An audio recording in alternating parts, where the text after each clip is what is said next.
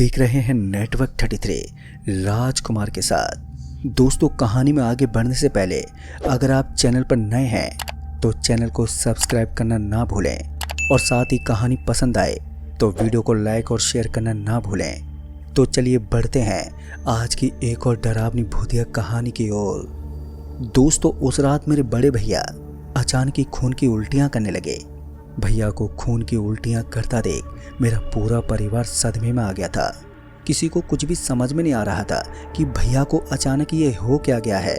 पिताजी ने फौरन ही अपने दोस्त नसीर को कॉल किया और तुरंत ही गाड़ी लेकर आने को कहा। नसीर अंकल भी फौरन ही अपनी गाड़ी लेकर हमारे घर पहुंच गए। उनके आते ही पिताजी भैया को लेकर हॉस्पिटल रवाना हो गए। वहीं मैं और माँ घर पर भैया के ठीक होने का भगवान से प्रार्थना करने लगे। अभी मैं और माँ भैया की चिंता में मरे ही जा रहे थे कि तकरीबन रात के 1:30 बजे पापा का कॉल आया और बोले कि रोहन ठीक है, उसे आईसीयू में रखा है। पापा के कॉल से मेरी और माँ की चिंता थोड़ी कम तो हुई, पर चिंता इस बात की थी कि आखिर भैया को खून की उल्टियाँ हुई तो हुई क्यों, जबकि वो तो बिल्कुल स्वस्थ थे। खैर, वो रात बड़ी मुश्किल से बीती और जब सुबह पापा का दोबारा कॉल आया तो उन्होंने बोला कि अभी टेस्ट की रिपोर्ट आने के बाद ही पता चल पाएगा कि रोहन को हुआ क्या है। फिर इसी बीच माँ रोहन भैया को देखने की जिद करने लगी, जिसके चलते पापा ने नसीर अंकल को माँ को लेने के लिए भेज दिया। अभी माँ हॉस्पिटल जाने के लिए तैयारी हो रही थी कि तभी कुसुम आंटी रोते हुए आई और बोली कपिल मर गया है। ये सुनते ही मेरी सांसें सीने में फंस गई। अजीब सी बेचैनी और दर्द का एक एहसास होने लगा। फिर जब माँ ने चौंकते हुए कुसुम आंटी से पूछा कि ये सब कैसे हुआ, तो कुसुम आंटी बोली पता नहीं बहन, जब सुबह मैं उसके कमरे में गई तो चारों तरफ खून ही खून फैला हुआ था। अब ये सुनते ही माँ के साथ मैं कपिल भैया को देखने उनके घर पहुंचा तो जो मैंने वहां पर देखा वो देखकर तो मेरा कलेजा मुंह को आ गया। दरअसल कपिल भैया का पूरा शरीर सफ़ेद पड़ चुका था और उनके नाखून काले पड़ चुके थे। कमरे के हर कोने में खून ही खून पसरा हुआ था। कपिल भैया की ऐसी रहस्यमय मौत से माँ को रोहन भैया की फिक्र सताने लगी, क्योंकि हमें लगने लगा था कि मेरे भैया और कपिल भैया की मौत में कुछ संबंध जरूर है, क्योंकि दोनों के केस सेम थे। फर्क सिर्फ इतना था कि रोहन भैया को वक्त रहते ही पिताजी हॉस्पिटल लेकर चले गए, वहीं कपिल भैया को वक्त रहते मेडिकल केयर नहीं मिल पाया, जिसके चलते उनकी मौत हो गई। पर असल सवाल ये था कि आखिर इन दोनों को एक ही वक्त पर खून की उल्टियाँ हुई क्यों। इस सवाल का जवाब अब हमें जल्द से जल्द ढूंढना था, नहीं तो रोहन भैया पर मौत का साया बना रहता। खैर, इसके बाद मैं और माँ पिताजी के पास हॉस्पिटल पहुँचे और कपिल भैया के साथ हुए हादसे के बारे में बताया। सारी बात जानने के बाद पिताजी भी गहरी सोच में पड़ गए। वहीं नसीर अंकल भी बिना कुछ बोले ही वहाँ से चुपचाप निकल गए। फिर इसी बीच जब भैया की मेडिकल टेस्ट की रिपोर्ट आई तो उस रिपोर्ट ने हमें और भी ज़्यादा चिंता में डाल दिया, क्योंकि भैया की सभी रिपोर्टें पूरी तरह से नॉर्मल थी। तो ऐसे में डॉक्टर कुछ भी नहीं कर सकते थे। रिपोर्ट के आने के बाद डॉक्टर ने भैया को 2 दिन के लिए हॉस्पिटल में रख लिया, जिसके बाद मैं और मम्मी घर वापस लौट आए। फिर उसी रात नसीर अंकल आए और बोले मुझे मालूम चल गया है कि रोहन को हुआ क्या है। नसीर अंकल के ये कहते ही माँ ने तुरंत ही पूछा क्या हुआ मेरे बेटे को, जिस पर नसीर अंकल ने बोला कुछ महीनों पहले कपिल और रोहन कहीं साथ में गए थे। नसीर अंकल के ये कहते ही मैंने फौरन ही बोला हाँ अंकल, वो तो तुबला के मेले में गए थे कपिल भैया के साथ। दरअसल उस रोज़ मैंने भी उनके साथ जाने की जिद की थी, पर भैया ने बोला कि वो तुबला का मेला देखकर खदौती चले जाएंगे और फिर 3 दिन के बाद लौटेंगे, इसलिए वो मुझे अपने साथ में लेकर नहीं गए थे। नसीर अंकल को जैसे मैंने तुबला मेले के बारे में बताया तो वैसे उन्होंने बोला कि वहीं से ये मुसीबत रोहन के गले पड़ी है। मेले में किसी ने रोहन और कपिल को घनकी को बेच दिया है, जिसके चलते कपिल मरा और अब रोहन की भी जान कभी भी जा सकती है। जैसे ही नसीर अंकल ने घनकी का जिक्र किया तो वैसे ही मैंने उनसे सवाल करते हुए पूछा घनकी कौन है ये, जिस पर नसीर अंकल ने कहा कि अभी तो मुझे ठीक से कुछ नहीं मालूम, पर कोई तो है जो जानता है और मैं अभी उसके यहीं जा रहा हूँ और तुम्हें भी मेरे साथ चलना होगा। नसीर अंकल के ये कहते मैं उनके साथ रवाना हो गया। हालांकि मुझे ये पता नहीं था कि नसीर अंकल मुझे कहाँ पर लेकर जा रहे हैं। फिर जब मुझे Naseer uncle Gaurhari railway station लेकर पहुंचे तो मैं डर गया, क्योंकि ये स्टेशन कई साल पहले ही बंद कर दिया गया था, क्योंकि यहाँ अजीब अजीब सी घटनाएं होने लगी थी। यहाँ तक कि नसीर अंकल के चाचा जी भी इसी गौरहरी स्टेशन से गायब हो गए थे। कहते हैं यहाँ सभी नकारात्मक शक्तियों का बसेरा है, जिसका एहसास यहाँ आते ही हो जाता है। आप जिस वक्त भी यहाँ आओ, आपको हमेशा यहाँ ठंड का एहसास होगा। यहाँ तक कि अगर आप 10-15 मिनट यहाँ पर ठहर जाओगे तो आपकी हड्डियों में मीठा मीठा दर्द होने लगेगा, जिसके चलते आपको अपनी हड्डियों को तोड़ने का मन करेगा। और यही वजह थी कि मुझे डर लग रहा था। फिर उस स्टेशन पर पहुंचते ही नसीर अंकल ने स्टेशन के उस हिस्से का रुख किया जिधर सबसे ज़्यादा ठंड थी। वहां पर जाते ही नसीर अंकल ने कुछ अजीब भाषा में बड़बड़ाया और फिर वहीं घुटनों के बल बैठ गए। उनके घुटनों के बल बैठते ही मुझे एक दूसरी आवाज़ सुनाई दी। अभी मैं ये जान पाता कि वो किसकी आवाज़ है कि तभी मैंने देखा कि वो नसीर अंकल अब किसी से बात कर रहे हैं। उन्हें देखकर ऐसा लग रहा था कि उनके सामने कोई है जिससे वो बात कर रहे हैं, पर मैं ना तो उसे देख पा रहा था और ना ही उनकी बात समझ पा रहा था। खैर इसी बीच कुछ देर में मेरे हाथ और पैरों की हड्डियों में दर्द होने लगा। इससे पहले नसीर अंकल को अपनी परेशानी में बता पाता कि नसीर अंकल ने मुझे अपने बगल में बैठने को कहा, और जैसे मैं वहाँ पर बैठा तो वैसे मुझे एहसास हुआ कि मेरी गर्दन पर किसी ने काटा है। पर जैसे मैंने गर्दन घुमा कर देखा तो मुझे कोई नहीं दिखा। पर इसके तुरंत बाद नसीर अंकल ने मुझे सहारा देते उठाया और वहाँ से फौरन ही निकल गए। घर पहुँचते ही नसीर अंकल ने पापा को भी कॉल किया और रोहन को फौरन ही हॉस्पिटल से घर लाने को बोला। वैसे पापा ने नसीर अंकल से इसकी वजह भी पूछी, पर उन्होंने कुछ भी बताने से साफ इनकार कर दिया। चूंकि पापा को नसीर अंकल पर पूरा भरोसा था, इसलिए वो रोहन भैया को नसीर अंकल के कहने पर घर ले आए। रोहन भैया के घर आते ही नसीर अंकल ने बोला कि अभी फिर से रोहन खून की उल्टी करेगा, पर इस बार बिना देरी किए उसके खून से आटा गूंदना और उसकी 9 लोइयां बनाकर मुझे दे देना। वैसे तो हम में से किसी को भी कुछ समझ में नहीं आ रहा था कि नसीर अंकल क्या करने वाले हैं, पर हमने अपनी आंखें बंद करके वैसा ही किया जैसा कि नसीर अंकल ने कहा। फिर जैसे रोहन भैया ने खून की उल्टी करना शुरू की तो माँ ने बिना देरी किए उनके खून से आटा गूंथा और 9 लोई बनाकर नसीर अंकल को दे दी, जिसके बाद वो उन लोइयों को लेकर वहाँ से चले गए। पर उनके जाने के करीबन आधे घंटे बाद रोहन भैया बेहोश हो गए, लेकिन हाँ उनकी सांसें अभी भी चल रही थी। खैर सुबह होते ही नसीर अंकल भी लौट आए और फिर इसी बीच भैया को भी होश आ गया। फिर जब नसीर अंकल ने बोला कि अब चिंता की कोई बात नहीं है, तो ये सुनकर सबको बहुत अच्छा लगा। फिर कभी भी कोई दिक्कत नहीं हुई। मुझे ये तो नहीं मालूम कि नसीर अंकल ने क्या किया, पर जो भी किया वो मैं कभी भूल नहीं पाऊंगा। तो दोस्तों इस कहानी में बस इतना ही। तो चलिए बढ़ते हैं आज की वीडियो में एक और लेटेस्ट हॉरर स्टोरी की ओर, जो कि बिहार की है। दोस्तों मेरा नाम आनंद यादव है। ये कहानी सन 1999 के अगस्त की एक अंधेरी रात की है, जब मैं बिहार के एक छोटे से रेलवे स्टेशन पर था।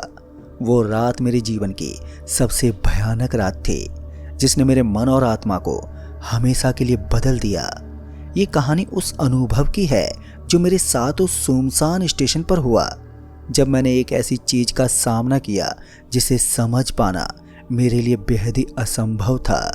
मैं उस समय 23 साल का था, एक साधारण सा नौजवान जो अपने गांव से पटना जा रहा था। मेरी नौकरी की तलाश मुझे बिहार के एक छोटे से स्टेशन पर ले आई थी, जिसका नाम मैं आज भी ठीक से याद नहीं कर पाता। स्टेशन छोटा था, बेहद ही पुराना और रात के समय पूरी तरह सुनसान। एकमात्र प्लेटफार्म पर कुछ टूटी फूटी बेंचें थी और एक पुराना लैंप पोस्ट जिसकी मध्यम रोशनी बार बार टिमटिमा रही थी। रात के करीब उस वक्त 1 बजे थे और मेरी ट्रेन 2 घंटे लेट थी। स्टेशन पर मेरे अलावा वहाँ पर कोई भी मौजूद ही नहीं था, सिवाय एक बूढ़े कूली के जो स्टेशन मास्टर के कमरे के पास सो रहा था। हवा में बेहद नमी थी और दूर कहीं कुत्तों की भौंकने की आवाज़ें मुझे साफ साफ सुनाई दे रही थी। पर मैं अपनी बेंच पर बैठा इंतज़ार कर रहा था। मेरे पास एक पुराना रेडियो भी था जो मैंने अपने पिता से लिया था। मैंने उसे चालू किया, लेकिन उसमें से सिर्फ खरखराहट की आवाज़ सुनाई दी। रेडियो बंद करके मैंने अपनी किताब निकाली, लेकिन अंधेरे में पढ़ना बेहद मुश्किल था। तभी मेरी नज़र बार बार स्टेशन के उस छोर पर जा रही थी जहां पर पटरियां अंधेरे में खो रही थी। कुछ अनजाना सा डर मेरे मन में बैठ रहा था, लेकिन मैंने उसे नज़रअंदाज करने की कोशिश की कि तभी मेरी नज़र पटरियों पर पड़ी। बहुत दूर जहां लैंप की रोशनी मुश्किल से पहुंच रही थी, वहां पर मुझे कुछ हिलता हुआ दिखा। पहले तो मैंने सोचा कि शायद वहां कोई जानवर होगा, लेकिन जब मैंने उसे ध्यान से देखा तो मेरे तो शरीर के रोंगटे ही खड़े हो गए। दोस्तों, वहां पर एक लड़की थी, सफ़ेद साड़ी में लिपटी, लंबे काले बाल जो हवा में हल्के हल्के लहरा रहे थे। वो पटरियों पर धीरे धीरे चल रही थी, जैसे कोई बिना मंजिल के यात्री हो। उसका चेहरा मुझे साफ साफ दिखाई नहीं दे रहा था, लेकिन उसकी चाल में कुछ अजीब था। वो चल रही थी, मगर उसके कदम ज़मीन को छूते हुए नहीं लग रहे थे। फिर मैंने अपनी आंखें मली, ये सोच कर कि शायद मैं थकान की वजह से कुछ गलत देख रहा हूँ। लेकिन वो लड़की अब भी वहीं थी और अब वो और भी करीब आ रही थी, जिसे देखकर मेरी दिल की धड़कनें काफ़ी तेज हो गई। तभी मैंने अपने आसपास देखा, लेकिन स्टेशन वैसा ही सुनसान था। उस लड़की को देखकर मेरा मन बेचैन हो उठा, पर मुझे नहीं मालूम था कि वो कौन थी या वो यहाँ पर क्या कर रही थी। लेकिन वहाँ पर कुछ गलत तो था। तभी दूर से एक ट्रेन की सीट की आवाज़ सुनाई दी। मैंने पटरियों की ओर देखा तो वो लड़की अब भी वहीं थी और अब वो ठीक उस जगह पर खड़ी थी जहाँ से ट्रेन गुजरने वाली थी। तभी मेरे दिमाग में एक ही ख्याल आया, वो मर जाएगी। मैंने सोचना बंद किया और बिना देरी किए अपनी बेंच से उठकर पटरियों की ओर दौड़ा। अब मेरा दिल जोर जोर से धड़कने लगा था और मेरे कानों में सिर्फ ट्रेन की तेज होती आवाज़ गूंज रही थी। मैं चिल्लाना तो चाहता था और उसे रोकना चाहता था, लेकिन मेरी आवाज़ मेरे गले में ही अटक गई। जैसे ही मैं पटरियों के करीब पहुंचा तो ट्रेन की रोशनी ने पूरे इलाके को रोशन कर दिया। तभी मैंने देखा कि वो लड़की अब भी वहीं खड़ी थी, लेकिन दोस्तों, उस लड़की का चेहरा अब मेरी ओर था और उसका चेहरा या जो भी वो था, मुझे आज भी साफ साफ याद है। उसकी आंखें काली थी जैसे दो गहरे काले गड्ढे। उसका मुंह थोड़ा खुला हुआ था और उसमें से एक अजीब सी मुस्कान थी जो इंसान ही नहीं लग रही थी, जिन्हें देखते ही मेरे पैर जम गए और मैं चाहकर भी आगे नहीं बढ़ पाया। पर ट्रेन अब बिल्कुल बेहद करीब थी और उसकी रोशनी मेरी आंखों को चकाचौंध कर रही थी।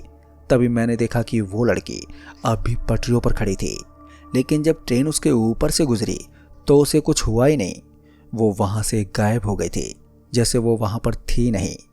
पर ट्रेन वहां से तेजी से निकल गई और उसके साथ ही वो अजीब सी ठंडक भी एकदम से चली गई जो मैंने पहले महसूस की थी। पर मैं अब भी पटरियों के पास ही खड़ा था और मेरी सांसें बहुत तेज थी और मेरा शरीर बुरी तरह से कांप रहा था। मैं समझ नहीं पा रहा था कि मैंने ये क्या देखा है। क्या वो लड़की वाकई में वहाँ थी या ये सिर्फ मेरा वहम है? फिर मैंने अपने आसपास देखा तो स्टेशन फिर से वैसा ही सुनसान था जैसा कि पहले था, लेकिन अब हवा में एक अजीब सी सनसनी थी, जैसे कोई मुझे देख रहा हो। फिर मैंने अपने कंधे के ऊपर देखा, लेकिन वहाँ पर कुछ भी नहीं था। पर फिर भी मुझे ऐसा लग रहा था जैसे कोई ठीक मेरे पीछे खड़ा है। और यही सब सोचते हुए मैं वापस से अपनी बेंच की ओर जाने लगा, लेकिन पता नहीं क्यों मेरे कदम अब भारी हो रहे थे। हर कदम के साथ मुझे ऐसा लग रहा था जैसे कोई मेरे साथ साथ चल रहा है। फिर मैंने पीछे मुड़कर देखा, लेकिन वहां पर कोई नहीं था। मेरे मन में एक अजीब सा डर बैठ गया था। तभी मैंने अपने आप को समझाया कि ये सब मेरे दिमाग का वहम है, लेकिन मेरे दिल को यकीन नहीं हो रहा था कि ये सच है या झूठ। जब मैं अपनी बेंच पर बैठा तो मुझे लगा कि स्टेशन की रोशनी और भी मध्यम हो गई है। लैंप पोस्ट की टिमटिमाहट अब और भी तेज हो रही थी। फिर मैंने अपनी किताब उठाई, लेकिन मेरी नज़र बार बार पटरियों की ओर ही जा रही थी। मुझे ऐसा लग रहा था जैसे वो लड़की अभी भी कहीं आसपास है। तभी मुझे एक हल्की सी फुसफुसाहट सुनाई दी। ये इतनी धीमी थी कि मैं समझ ही नहीं पाया कि ये वाकई में कोई आवाज़ थी या मेरे दिमाग का फितूर। फिर मैंने अपने आसपास देखा तो स्टेशन मास्टर का कमरा अब भी बंद था और वो बूढ़ा कूली अब भी वहीं पर सो रहा था। लेकिन तभी मुझे कुछ अजीब सा दिखा। पटरियों के उस छोर पर जहाँ पर मैंने उस लड़की को देखा था, अब एक हल्का सा धुंधला साया मुझे वहाँ पर दिखाई दे रहा था। ये कोई साफ आकृति नहीं थी, बस एक धुंधली सी छाया जो हवा में तैर रही थी, जिन्हें देखते ही मेरे हाथ पैर फिर से ठंडे पड़ गए। मैंने अपनी आंखें बंद की और खुद को समझाया कि ये सब मेरी एक कल्पना है, लेकिन जब मैंने अपनी आंखें खोली तो वो साया अब और भी करीब था। फिर मैंने वहां से उठकर भागने की सोची, लेकिन मेरे पैर जैसे जमीन से चिपक गए थे। वो साया अब मेरे और भी करीब आ रहा था और उसकी आकृति धीरे धीरे साफ हो रही थी। ये वही लड़की थी, लेकिन अब उसका चेहरा और भी भयानक लग रहा था। दोस्तों, अब उस लड़की की आंखों में सिर्फ काले गड्ढे ही नहीं थे, बल्कि उनमें से एक अजीब सी लाल चमक निकल रही थी और उसकी मुस्कान अब और भी ज्यादा चौड़ी हो गई थी और उसमें कुछ ऐसा था जो मुझे डर के मारे पागल कर रहा था। फिर मैंने अपने आप को हिलाने डुलाने की कोशिश की, लेकिन पता नहीं क्यों मेरा शरीर जैसे सुन्न पड़ गया था। वो लड़की अब ठीक मेरे सामने थी और उसने अपना एक हाथ मेरी ओर बढ़ाया और उसकी उंगलियां लंबी और बेहद ही पतली थी, जैसे किसी मकड़ी के पैर। मैं पूरी ताकत से चिल्लाना चाहता था, लेकिन पता नहीं क्यों मेरी आवाज़ मेरे गले में ही दब गई और उसका हाथ ठीक मेरे चेहरे के पास आ गया और मुझे एक ठंडी नम सी सनसनी महसूस हुई, जैसे किसी ने मेरे चेहरे पर बर्फ रख दी हो। तभी अचानक ही लैंप पोस्ट की रोशनी पूरी तरह बुझ गई। स्टेशन अंधेरे में डूब गया और मैंने अपने आसपास कुछ भी देखने की कोशिश की, लेकिन कुछ दिखाई नहीं दे रहा था। सिर्फ उस लड़की की लाल चमकती आंखें मेरे सामने थी। मेरे कानों में वो फुसफुसाहट और भी तेज हो गई थी। ये कोई शब्द नहीं थे, बस एक अजीब सी आवाज़ जो मेरे दिमाग में घुस रही थी और साथ ही मुझे ऐसा लग रहा था जैसे कि मेरा दिमाग फट जाएगा। तभी दूर से एक और ट्रेन की सीटी की आवाज़ सुनाई दी मुझे। उस आवाज़ ने जैसे मुझे झंझोर दिया था। मैंने अपनी सारी ताकत लगाकर अपने शरीर को हिलाया और किसी तरह अपनी बेंच से उठा तो मैंने बिना पीछे देखे स्टेशन मास्टर के कमरे की ओर दौड़ना शुरू किया। मेरे पीछे वो फुसफुसाहट अब और भी तेज हो रही थी, जैसे कोई मेरा पीछा कर रहा हो। तभी मैंने दरवाजा खटखटाया, लेकिन वहां से कोई जवाब नहीं मिला।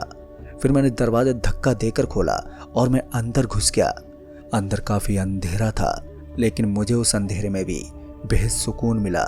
फिर मैंने दरवाजा बंद किया और दीवार के सहारे बैठ गया, पर मेरी सांसें अब भी बहुत तेज थी और मेरा दिमाग जोर जोर से धड़क रहा था। मैंने अपने कानों पर हाथ रखे ताकि वो फुसफुसाहट बंद हो जाए, लेकिन वो आवाज़ मेरे दिमाग में ही अब गूंजने लगी थी।